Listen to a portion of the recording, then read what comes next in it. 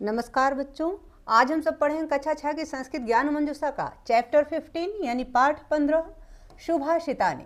सुभाषितानि में सु का अर्थ होता है सुंदर या मधुर और भाषित का अर्थ होता है वचन या कथन, अर्थात सुंदर वचन मधुर कथन।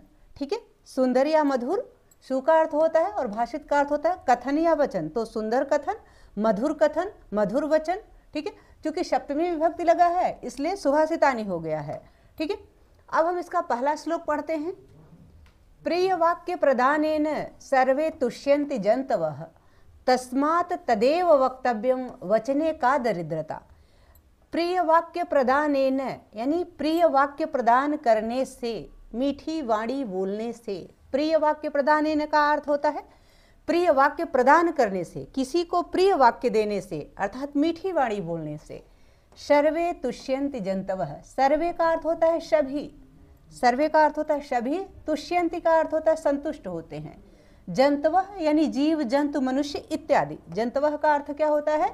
जीव जंतु मनुष्य इत्यादि, यानी प्रिय वाक्य प्रदान करने से, मीठी वाणी बोलने से सभी जीव जंतु मनुष्य इत्यादि सब प्रसन्न होते हैं। तुष्यन्ति का अर्थ होता है प्रसन्न होते हैं, संतुष्ट होते हैं। तस्मात् यानी इस कारण, तदेव यानी उसे ही, तदा प्लस एव, यहाँ क्या है?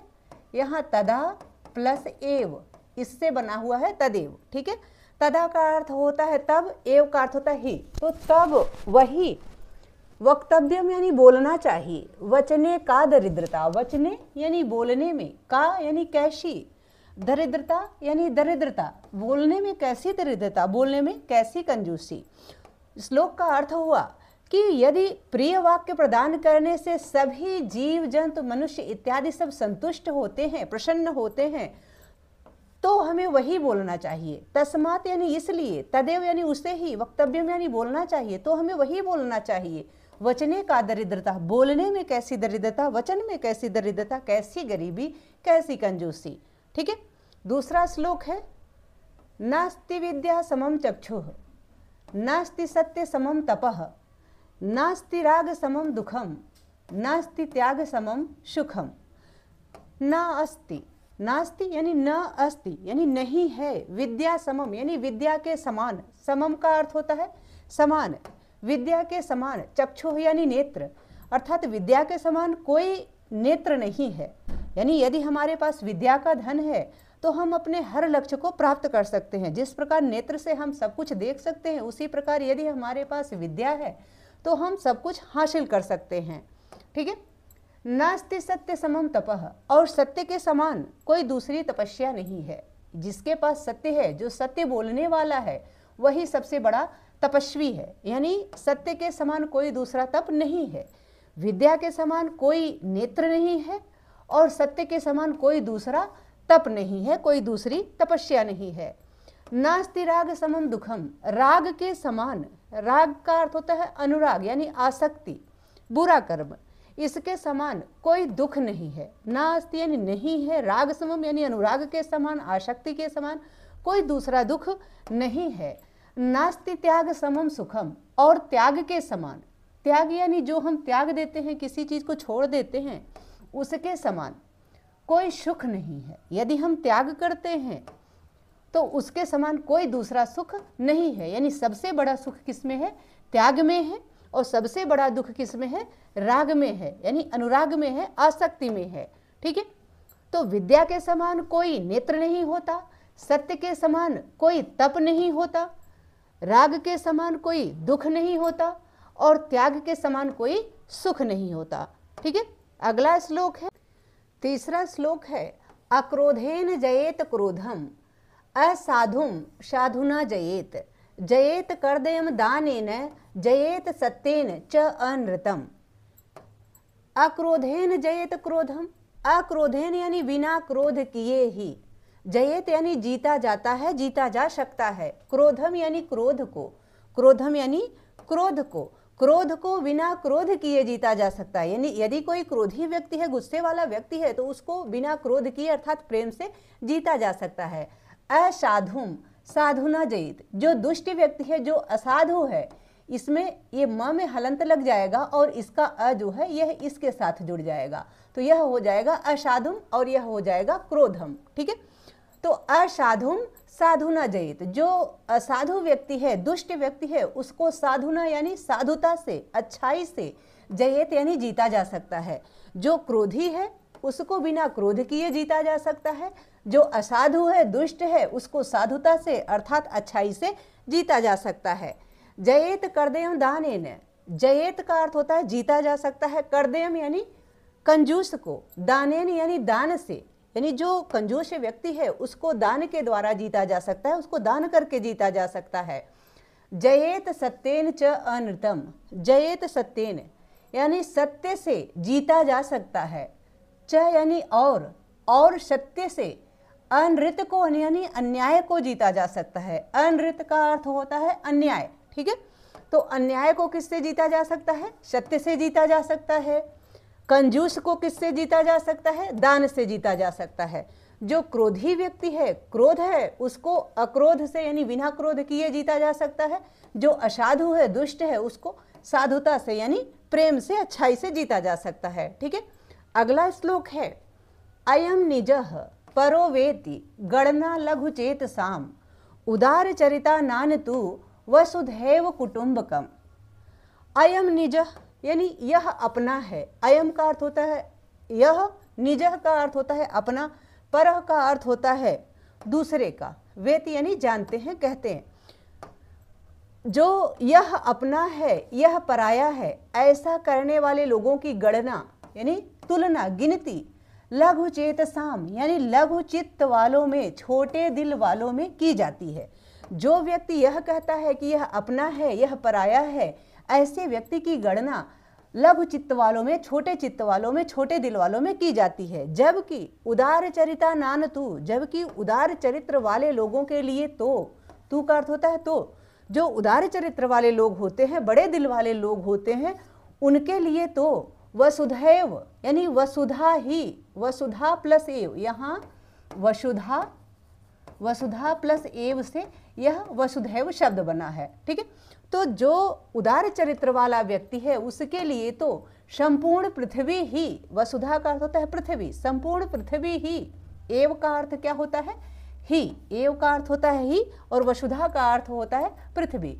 तो जो उदार चरित्र वाला व्यक्ति है उसके लिए तो संपूर्ण पृथ्वी ही, कुटुंबकम यानी परिवार के समान है, उसके लिए तो संपूर्ण पृथ्वी ही परिवार है।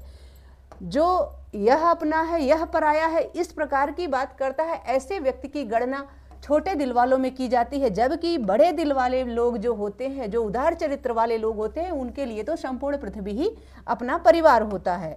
ठीक है, अगला श्लोक है सुखार्थिनः कुतो विद्या विद्यार्थिनः कुतः सुखम सुखार्थी वा त्यजेत विद्याम विद्यार्थी वा त्यजेत सुखम।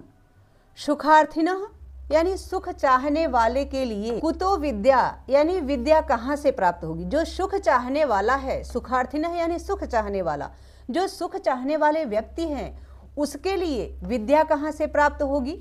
विद्यार्थिनः कुतः सुखम, जो विद्यार्थी है यानी विद्या चाहने वाला है उसको सुख कहाँ से होगा?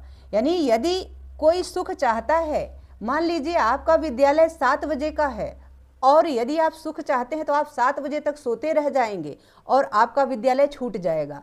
लेकिन यदि आप विद्यार्थी हैं, विद्या चाहने वाले हैं, तो आप अपने 7 बजे तक के सोने के समय को छोड़ करके 6 बजे ही उठ जाएंगे और आपने अपने सुख का त्याग कर दिया। तो वही यहाँ कहा गया है कि सुखार्थिनः कुतो विद्या, जो सुख चाहने वाला है उसको विद्या कहाँ से प्राप्त होगी? कुतो का अर्थ होता है कहाँ से, विद्या यानी विद्या, विद्या कहाँ से प्राप्त होती है?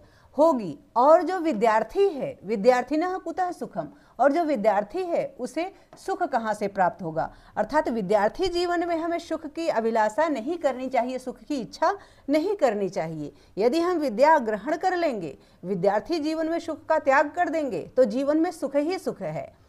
सुखार्थी वा त्यजेत विद्याम, जो सुखार्थी है, जो सुख चाहने वाला है, सुखार्थी यानी सुख चाहने वाला है, वह यानी वह, त्यजेत यानी छोड़ देता है, विद्याम यानी विद्या, जो सुख चाहने वाला है वह विद्या को छोड़ देता है, त्याग देता है। त्यजेत यानी त्याग देता है और विद्यार्थी व त्यजेत सुखम, जो विद्यार्थी है, विद्यार्थी यानी विद्या चाहने वाला, जो विद्या चाहने वाला है वह त्यजेत यानी छोड़ देता है, सुखम यानी सुख को, जो विद्या चाहने वाला है वह सुख को छोड़ देता है, और जो सुख चाहने वाला है वह विद्या को छोड़ देता है। ठीक है, आशा है यह पाठ आप सबको बहुत अच्छे से समझ में आ गया होगा। अब हम इसका अभ्यास कार्य देख लेते हैं। यहाँ पाठ से संबंधित शब्दार्थ दिया गया है, तो आप इसको यहाँ से देख लें शब्दार्थ को।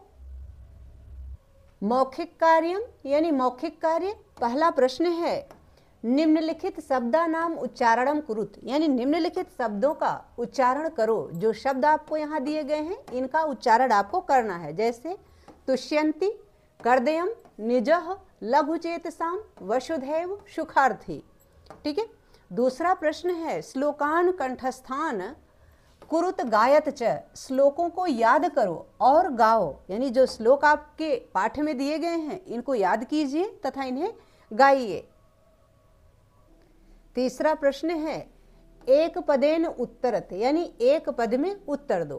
क है सुखार्थी काम त्यजेत, तो उत्तर है विद्याम। ख है किम वक्तव्यम, यानी क्या बोलना चाहिए, तो उत्तर है प्रिय वाक्यम। ग है दानेन कम जयेत, दान से किसको जीता जा सकता है, तो किसको जीता जा सकता है, कदरियम यानी कंजूस को। घ है साधुना कम जयेत, तो उत्तर है असाधुम, यानी साधुता से किसको जीता जा सकता है, तो असाधु को, दुष्ट को। न है केशाम वसुधैव कुटुंबकम, यानी किसके लिए वसुधा ही यानी संपूर्ण पृथ्वी ही परिवार है, तो उत्तर है उदार चरिता नाम, यानी उदार चरित्र वालों के लिए, अच्छे दिल वालों के लिए। आगे लिखित कार्यम है। लिखित कार्यम चौथा प्रश्न पाठात उचित पदम नीत्वा रिक्त स्थान पूरयत, यानी यहाँ नीत्वा की जगह चित्वा होना चाहिए था। ठीक है।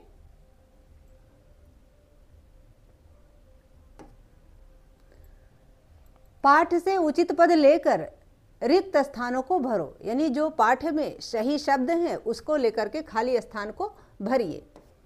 क है नास्ति चक्षुः, तो यहाँ क्या भरा जाएगा, विद्या समम, विद्या समम, नास्ति विद्या समम चक्षु। ख है सर्वे तुष्यन्ति मानवाः, तो यहाँ तुष्यन्ति भरा जाएगा। ग है अक्रोधेन जयेत क्रोधम, यहाँ अक्रोधेन भरा जाएगा। घ है उदार चरिता नाम तु वसुधैव कुटुंबकम, तो यहाँ वसुधैव भरा जाएगा। न है विद्यार्थी व त्यजेत सुखम, तो यहाँ वा और सुखम ये दोनों भरे जाएंगे। ठीक है, यहाँ तक आप सबको अच्छे से समझ में आ गया होगा। अगला प्रश्न देखते हैं आप।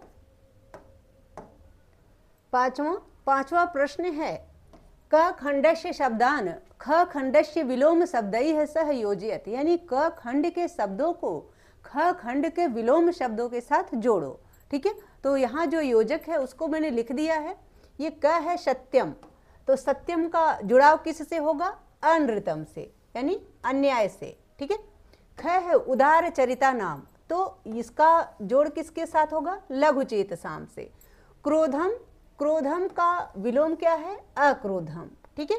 निजह, निजह का क्या होता है विलोम, परह यानी दूसरे का। निजह का अर्थ होता है अपना और परह का अर्थ होता है पराया।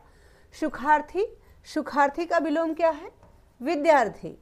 कर्दयः, कदर्यः का जो विलोम है वह होता है दाता। ठीक है, इस प्रकार से आपका मिलान होगा इसका। अगला प्रश्न देखते हैं।